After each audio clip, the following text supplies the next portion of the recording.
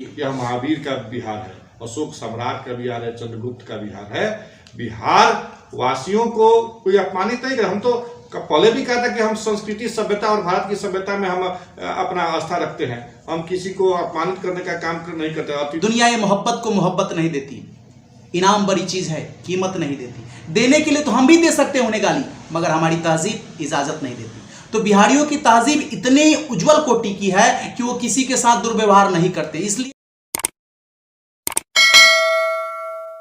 नमस्कार, आप देख रहे हैं विंसम इंडिया और अभी मैं बीजेपी के बड़े नेता जो अभी युवा हैं और युवाओं की मतलब सोच जो है, युवाओं के प्रति इनकी सोच जो है सो अच्छा है और उभरते हुए नेता हैं आज श्री अजीत कुमार सिंह जी, जो बनियापुर के नेता हैं। आज मैं इनसे राजनीति के साथ साथ कुछ सामाजिक चर्चा करने का प्रयास करूंगा, जो बिहार वासियों के साथ में अन्य राज्यों में जो दुर्व्यवहार किया जाता है, इसी पर चर्चा करने का प्रयास करेंगे। सर, आपका स्वागत है। आप सभी का भी स्वागत है। बनियापुर की धरती पर आप सभी का स्वागत है। बिहार के जितने भी वासी हैं जो अन्य राज्य में गए हैं नौकरी के लिए और उनके साथ जो दुर्व्यवहार किया जाता है, इस पर आप क्या कहिएगा सर? सबसे बड़ी बात है कि बिहार के लोग नौकरी करने के पर्पज से नहीं जाते हैं जी। अगर आप देखिए तो पूरे बिहार वासी जी, जो 14 करोड़ बिहार वासियों में से लगभग 4 से 5 करोड़ 6 करोड़ लोग जो दूसरे राज्यों भारत के अन्य राज्यों में काम करते हैं, अपनी सेवा देते हैं, अपनी वहाँ के विकास में अभी अहम भूमिका निभाते हैं। तो एक शब्द में मैं ये कहना चाहता हूँ कि अगर देश के सभी राज्यों से बिहार को छोड़कर के अन्य राज्यों से अगर बिहार वासियों को वापस बिहार बुला लिया जाए तो उस राज्य की ही नहीं पूरे देश की अर्थव्यवस्था चरमरा जाएगी और विकास अवरुद्ध हो जाएगा। बिहारी विकास पुरुष के नाम से जाने जाते हैं, मेहनत कश के नाम से जाने जाते हैं। बिहार वासी अगर मजदूरी के साथ साथ अपने कर्म के साथ साथ शिक्षा लेकर IPS हो, IATN हो, चाहे भारत के अन्य राज्य हो, चाहे विश्व के अन्य देशों में भी बिहार के लोग परचम फहराने का काम करते हैं, वहाँ की विकास की धारा को आगे बढ़ाने का काम करते हैं। ये बात सत्य है कि बिहारी जो होते हैं मेहनत कश होते हैं, हर जगह मेहनत की बदौलत अपना परचम फहरा देते हैं। परंतु अभी जो मान सम्मान की बात है, बिहार के जो बिहारी हैं अन्य राज्यों में जाते हैं, इनकी बदौलत वहाँ की अर्थव्यवस्था ठीक होती है, परंतु इनको मान सम्मान वहाँ वैसा नहीं दिया जाता जितना देना चाहिए। इस पर आप क्या कहिएगा? देखिए, मैं आपके इस प्रश्न से कुछ सहमत भी हूँ, कुछ असहमत भी हूँ, क्योंकि बिहारवासी जो होते हैं किसी दया के पात्र नहीं होते हैं जी। वो अपने मेहनत से, अपने कर्म से अपना मान सम्मान और अपना अधिकार कायम करते हैं। ये तो बात सत्य है। रही बात कि दूसरे राज्य, कई ऐसे जो राज्य हैं वहाँ के आम लोग ऐसे नहीं हैं कि जो बिहारी को अपमानित करने का काम करते हैं।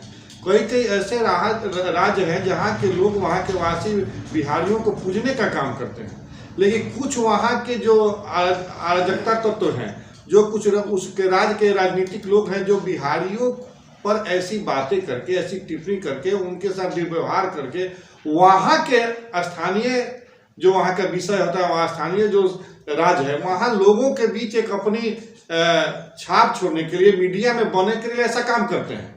वहाँ आप चले जाएं किसी भी राज्य में तो वहाँ के जो मूलतः निवासी हैं जी, वह बिहारियों का काफी मान सम्मान करते हैं और बिहारी किसी से किसी में कम नहीं है।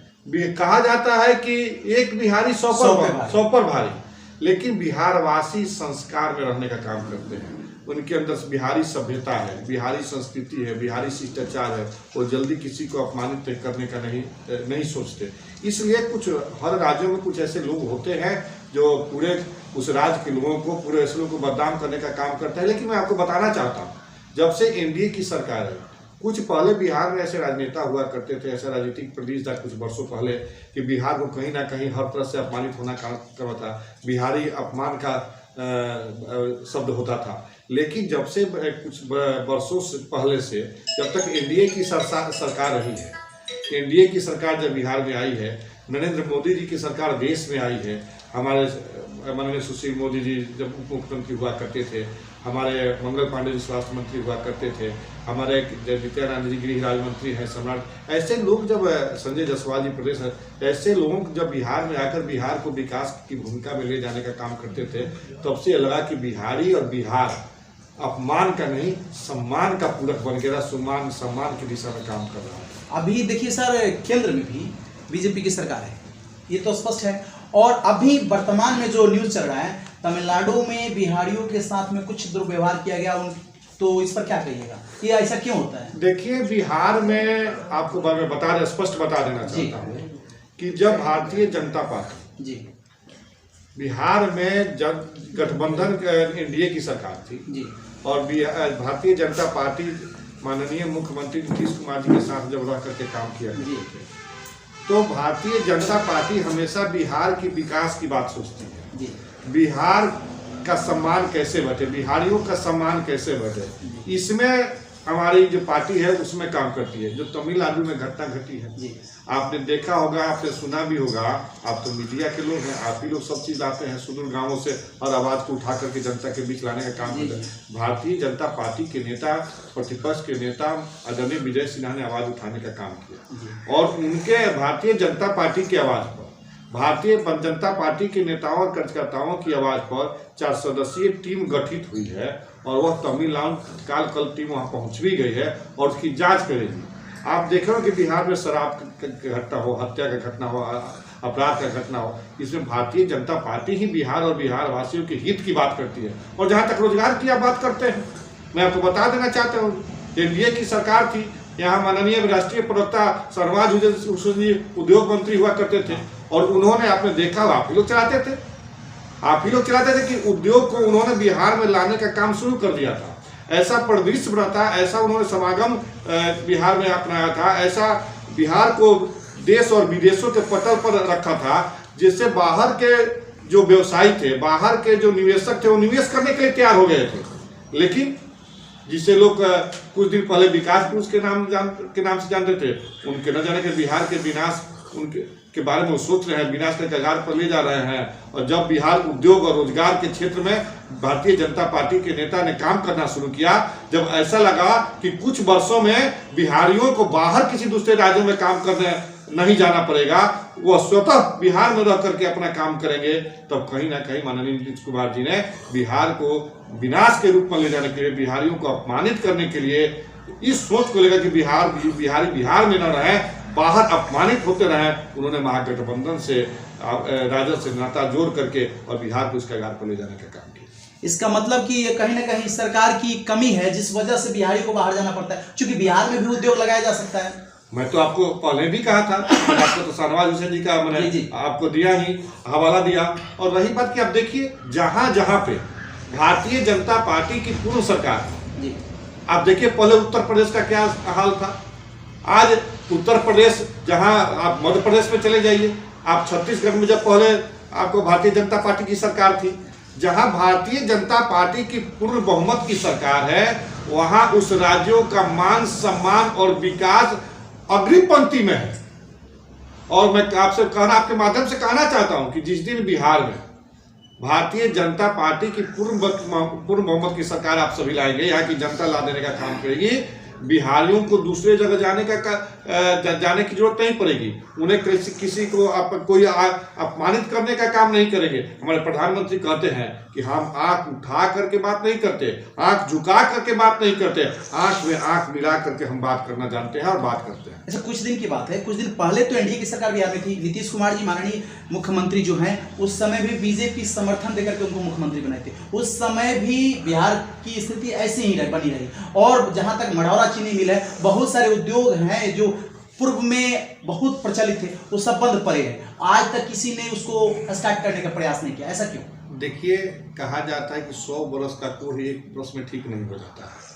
100 बरस का कोढ़ एक बरस में ठीक नहीं हो जाता है। भारतीय जनता पार्टी जब नीतीश कुमार जी के साथ आई तो उन्होंने, आपने देखा कोरोना काल में जो कितने मजदूर, कितने बिहारवासी बाहर थे, वो यहाँ आ करके, आप बेतिया में चले जाइए, जो कितने लोगों ने लघु उद्योग शुरू किया। तो भारतीय जनता पार्टी कहीं ना कहीं पुराने कोर को समाप्त करके फिर बिहार को उस पटल पर लाने का काम कर रही थी। कोरोना में जितने कुछ हमारे बिहार के व्यापारी थे जो बाहर रहा करते थे, मजदूर बाहर रहा करते थे, आज बेतिया में, मुजफ्फरपुर में कई लघु उद्योग के माध्यम से आपने देखा कि यहाँ के प्रोडक्ट को देश और विदेश में भेजने का काम किया है।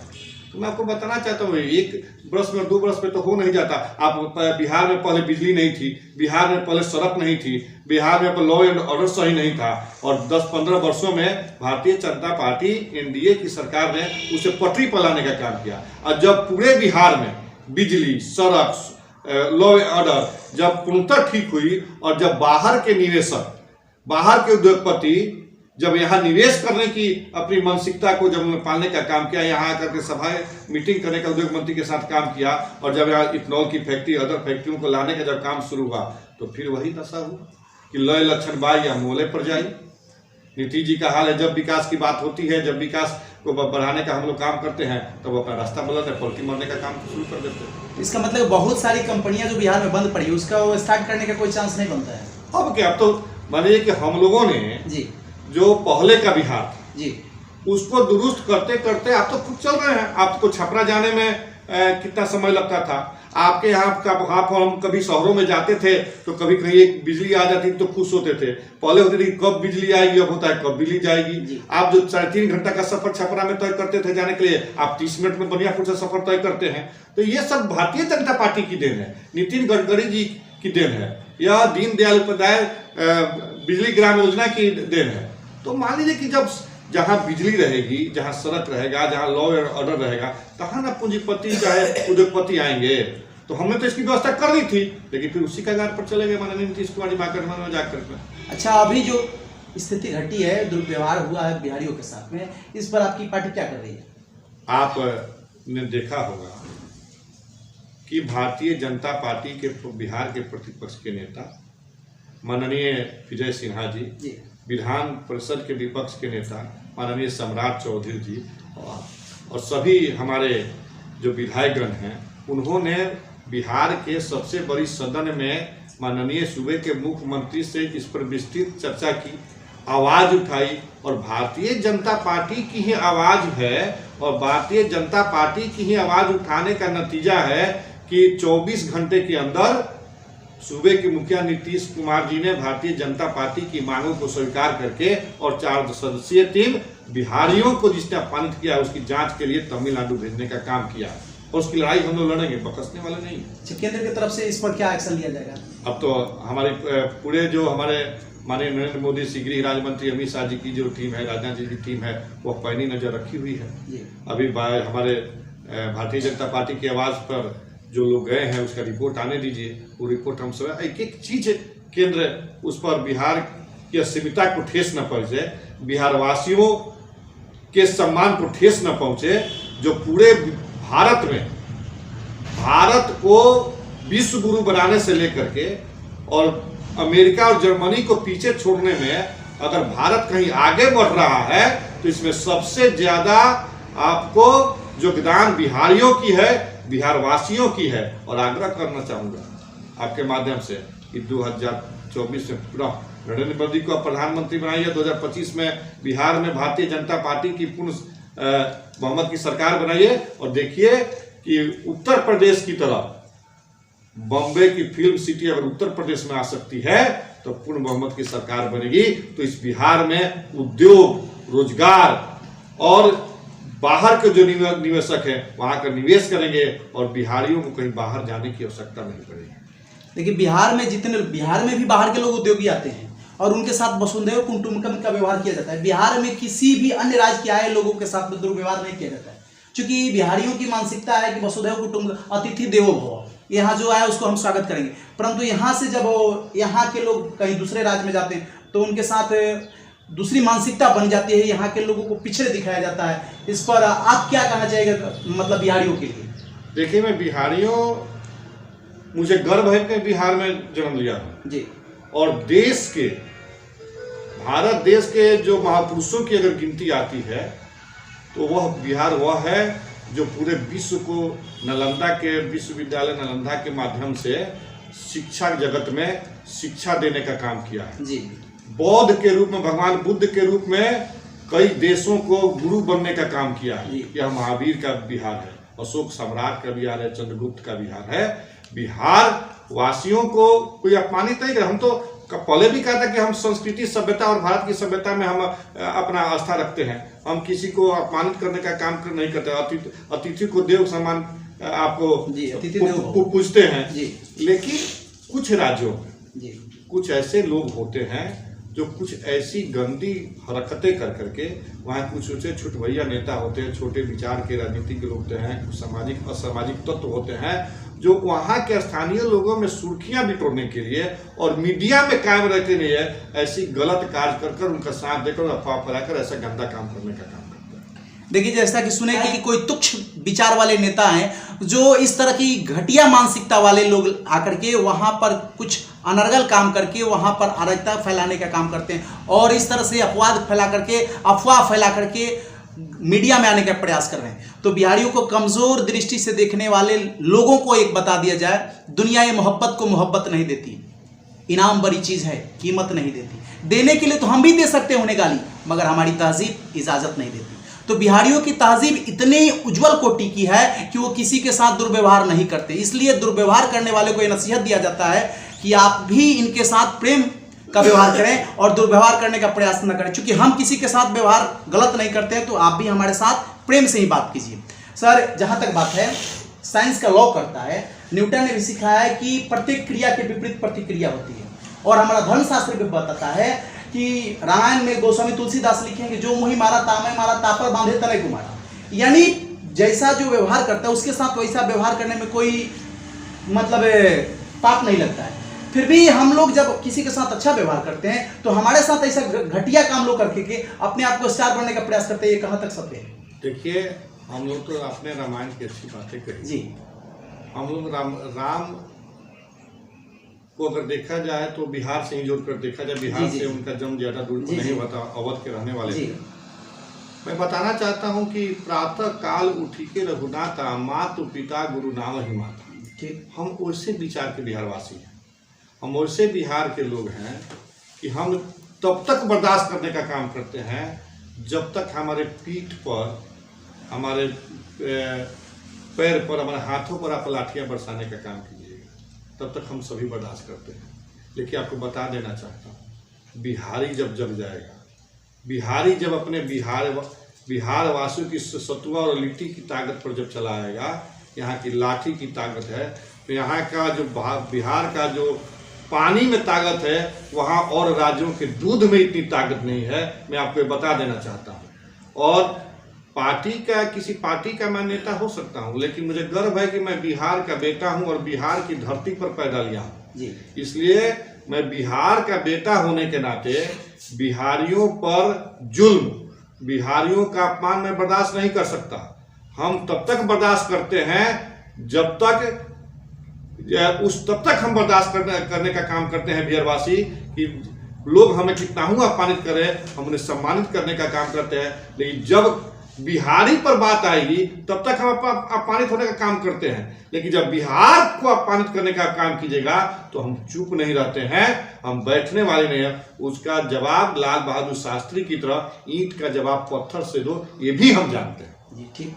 सर, अंत में मैं आपसे पूछना चाहूँगा, हमारे चैनल के माध्यम से पूरे बिहार वासियों को क्या संदेश देना चाहिएगा?